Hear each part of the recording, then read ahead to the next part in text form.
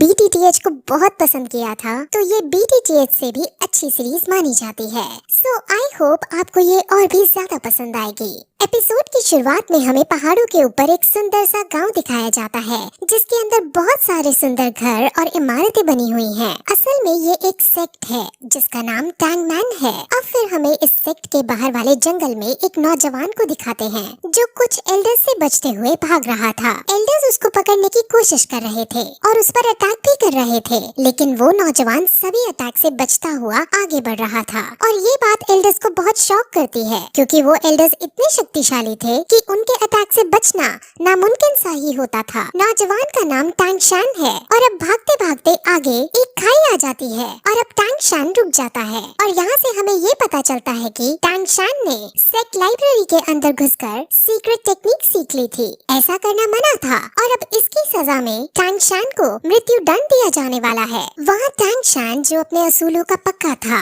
और उसे ये पता था कि इसकी सजा मृत्यु दंड ही है, इसीलिए वो खुद अब सुसाइड करने का ही डिसाइड करता है और साथ ही साथ उन्हें ये भी बताता है कि उसने इस सीक्रेट टेक्निक को किसी और को नहीं बताया है और सारी टेक्निक्स उसके कमरे में ही हैं। और ऐसा कहते ही वो उस टेक्निक का सबसे खतरनाक हथियार निकाल लेता है और सेक्ट के लीडर को समर्पित करता है, जिसके बाद वो अपने सारे कपड़े उतारता है, क्योंकि वो टैंग सेक्ट से लिया हुआ सब कुछ वापस लौटा देना चाहता था और फिर खुद खाई से नीचे कूद जाता है। तभी सेक्ट लीडर उसे मरने से बचाने की भी कोशिश करता है, लेकिन टैंगशान अपने इरादे का पक्का था और वो खाई में गिरकर अपने आप को मार डालता है। उसके मरते ही उसकी आत्मा अलग अलग दुनियाओं को क्रॉस करते हुए पैरेलल यूनिवर्स में चली जाती है और वहाँ वो एक नवजात शिशु के रूप में जन्म लेता है और उसका नाम भी वहाँ टैंगशान ही रखा जाता है। उसे अब अपने पहले जन्म की सारी बातें और सारी टेक्निक्स याद होती हैं, जिस वजह से वो बचपन से ही उन टेक्निक्स को पहाड़ के ऊपर जाकर प्रैक्टिस करता है। इस दुनिया के अंदर डाउलो कॉन्टिनेंट है।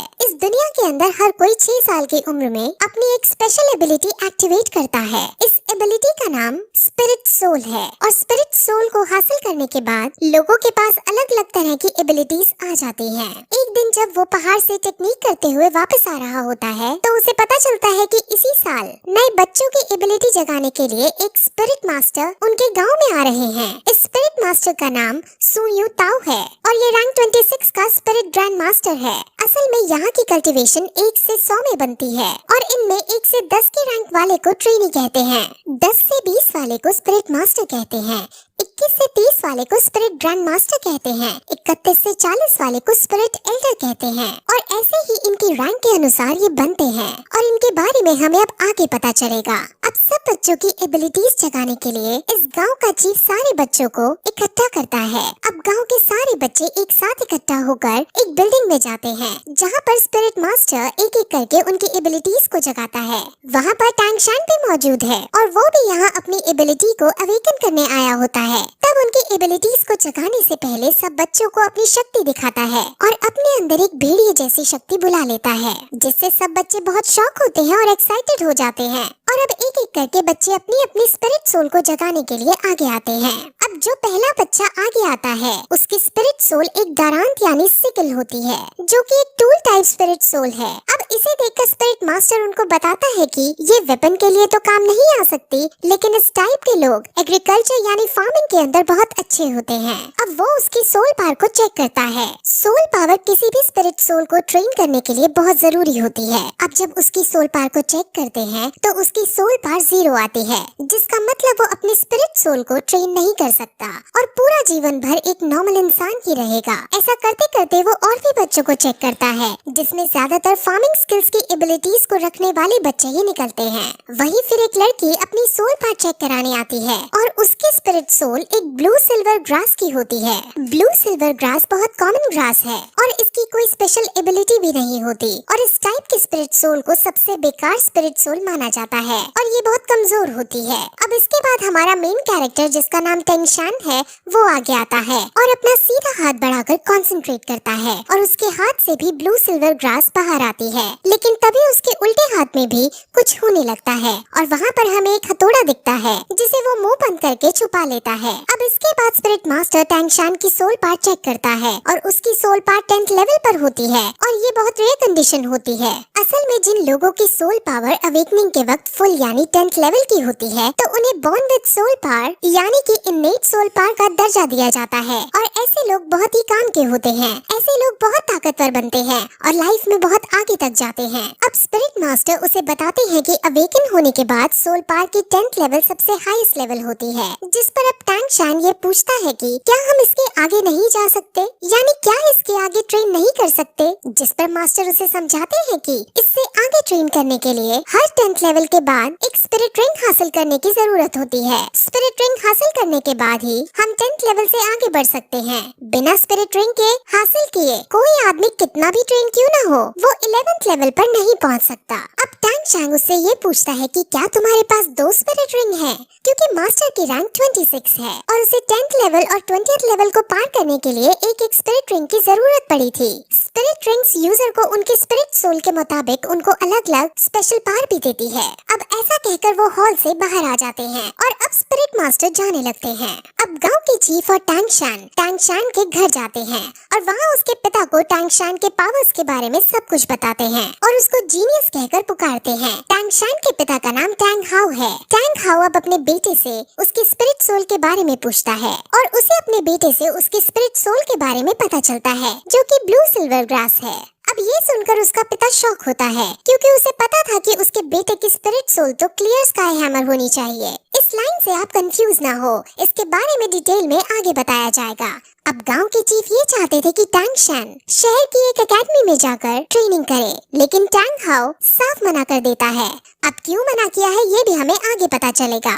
गांव का चीफ बहुत शॉक होता है और उससे लड़ता भी है क्योंकि इतने बड़े टैलेंट को घर में रखना सही नहीं है, इसको बाहर जाकर बेस्ट ट्रेनिंग हासिल होनी चाहिए। अब चीफ के बार बार समझाने पर भी टैंग हाउ नहीं मानता और चीफ अब वहाँ से चला जाता है।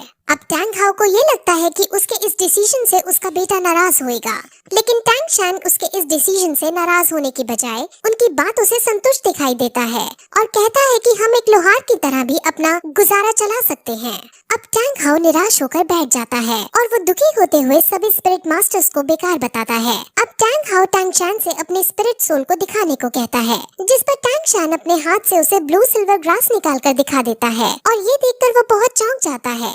लेकिन तभी टैंग शान उसे अपनी एक और स्पिरिट सोल के बारे में बताता है और अपने दूसरे हाथ से क्लियर स्काई हैमर को बाहर निकालता है। अब ये देखकर टैंग हाउ को कुछ याद आता है कि कैसे कुछ साल पहले वो और उसकी वाइफ कुछ लोगों से बचकर भाग रहे थे और उसकी वाइफ अपने पति और अपने बच्चे को बचाने के लिए खुद को सैक्रिफाइस कर देती है। और अब यहाँ से हमें पता चलता है कि उसकी वाइफ की स्पिरिट सोल भी ब्लू सिल्वर ग्रास होती है। अब फिर टैंग हाउ अपने बेटे की डबल स्पिरिट सोल को देखकर उसे गले लगा लेता है और उसे अब एक बात समझाता है और कहता है कि तुम हमेशा अपने उल्टे हाथ के हैमर से अपने सीधे हाथ की ग्रास को प्रोटेक्ट करना। अब इसके बाद टैंग हाउ टैंग शान को लेकर काम सिखाने लगता है और उसको इस काम की अलग अलग टेक्निक सिखाता है और इन सभी टेक्निक्स की मदद से टैंग शान अब अपने पिछले जन्म की मेमोरीज का यूज करता है और उनकी मेमोरीज से वो कुछ हिडन वेपन्स बनाता है। अब अगले दिन टैंग हाउ अपने बेटे को शहर जाकर ट्रेनिंग करने की इजाजत दे देता है और साथ में ये भी कहता है कि वहाँ तुम अपना खर्चा लोहार का काम करके चला लेना। लेकिन शहर पढ़ने जाने के लिए टैंग हाउ उसके सामने कुछ शर्तें रखता है। वो उसे कहता है कि तुम कभी भी अपनी हैमर स्पिरिट में कोई भी स्पिरिट रिंग ऐड नहीं कर सकते।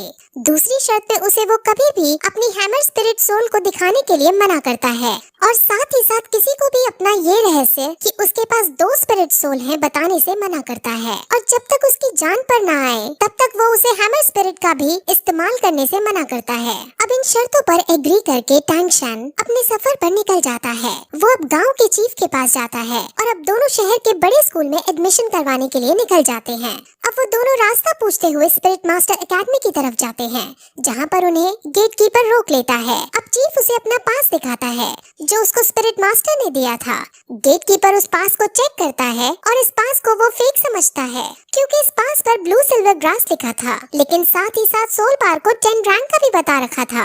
अब ब्लू सिल्वर ग्रास का होना और 10th रैंक का होना ऐसा बहुत रेयर कंडीशन में ही पॉसिबल है, और जिस छोटी जगह से ये लड़का आया है वहाँ पर इस रेयर चीज का होना पॉसिबल नहीं है। अब चीफ और गेटकीपर की बहस होने लगती है और उनकी बहस इस कदर पहुँच जाती है कि गेटकीपर चीफ पर हाथ उठा देता है, लेकिन तभी टैंग शैन उसके हाथ को पकड़ लेता है और उसको नीचे गिरा देता है। टैंग शैन को अब बहुत गुस्सा आ चुका था और वो उसे मारने के लिए अपना हिडन वेपन एक्टिवेट कर देता है, लेकिन तभी एक आदमी वहाँ आता है और उन्हें रोकने की कोशिश करता है। इस आदमी को यहाँ पर सभी लोग ग्रैंड मास्टर कहते हैं और वो उनकी लड़ाई बंद करवाने के बाद उसको अंदर एडमिशन के लिए ले जाता है।